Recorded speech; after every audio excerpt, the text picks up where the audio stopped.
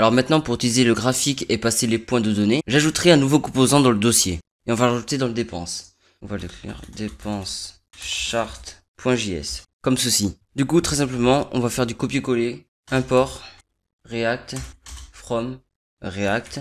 Ensuite, en bas, on va marquer const, dépense, chart, props.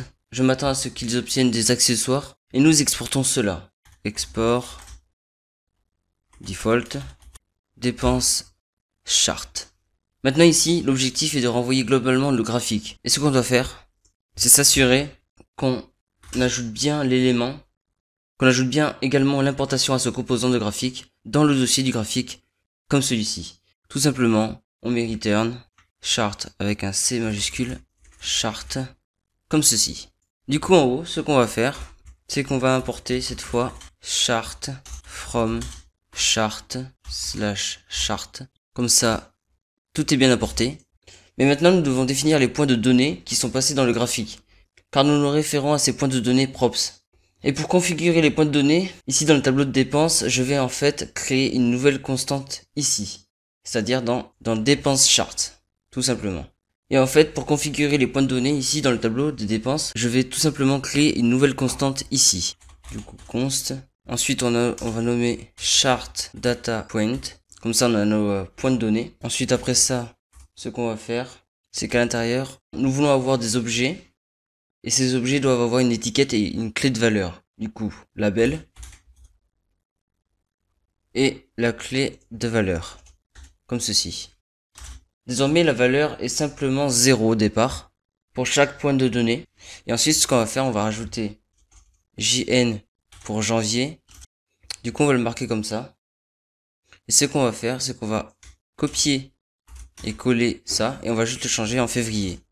Et ce qu'on va faire, c'est qu'on va répéter tout ça avec tous les mois.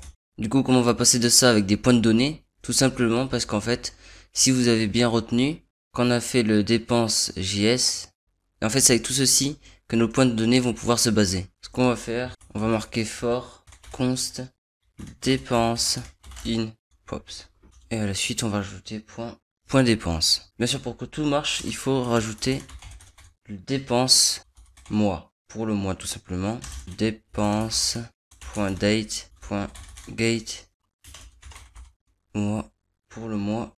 Comme ceci. Comme ça, on a l'objet date. Tout simplement.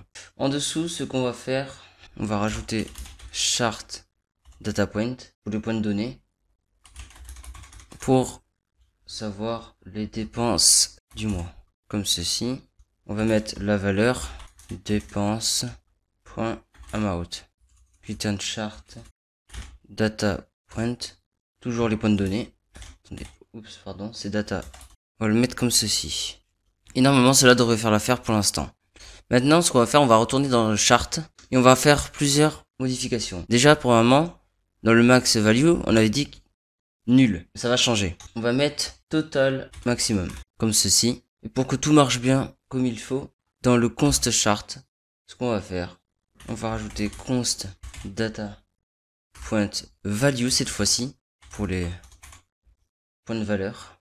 Props point data point .map et là data point toujours fonction fléchée data point value. Ensuite en bas on va juste rajouter le const pour le total maximum qu'on a mis en bas tout simplement est égal, et là normalement vous connaissez cette fonction, enfin cette méthode, c'est la méthode math, c'est math.max comme ceci, et là on va mettre data point value comme ceci.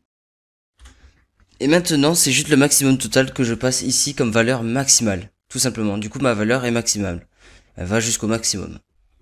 Ensuite, on va retourner dans le dépense.js. Parce que quand même, il faudrait rajouter notre chart. Du coup, dépense chart. From dépense chart. Voilà, exactement. Comme ceci. Du coup, vous mettez ceci. Comme ça, on l'importe dans le dépense.js. Et nous ajoutons maintenant simplement qu'ici, entre le filtre et la liste, nous rendons notre tableau de dépenses. Ici, on va mettre un dépense chart. Et là, nous devons maintenant transmettre les dépenses car cela est prévu dans la composante du tableau des dépenses. Du coup, dans dépenses chart, définissez les dépenses égales à mes dépenses filtrées, car bien sûr, je ne veux qu'un graphique pour les dépenses actuelles. Du coup, dépenses, et à l'intérieur, bien sûr, si on veut filtrer nos dépenses, il faut mettre filter dépenses. Comme ça, il filtre nos dépenses. Et normalement, si je viens ici, vous verrez qu'il y a un message d'erreur. Donc si ça vous le fait, c'est tout à fait normal. La propriété pour obtenir un mois est indéfinie, et cela se produit simplement parce que dans le composant graphique, j'utilise une boucle. Du coup, pour ça, ce qu'il faut faire, c'est qu'on va aller dans dépenses chart, et que ici, en fait, au lieu de mettre in, on va mettre off. Parce que sinon, ça va tourner en boucle. On va aller juste dans le chat bar. Ici. Et on va ici rajouter max value.